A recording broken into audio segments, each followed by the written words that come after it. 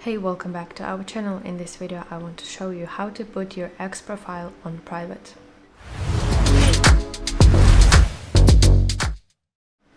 So first of all, open X on your device and you want to tap your profile picture in the top left corner of your screen. Now in this menu you have to scroll down until you reach settings and privacy. As you can see, your settings are divided into different sections,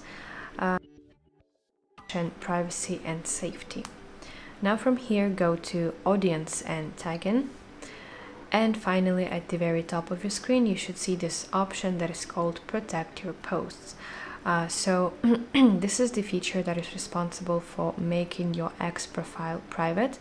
So let's turn this on, and from the moment that your account is private, anyone who wants to follow you on X, they must send you follower request and you can accept it or decline. And only your current followers are able to see content on your profile.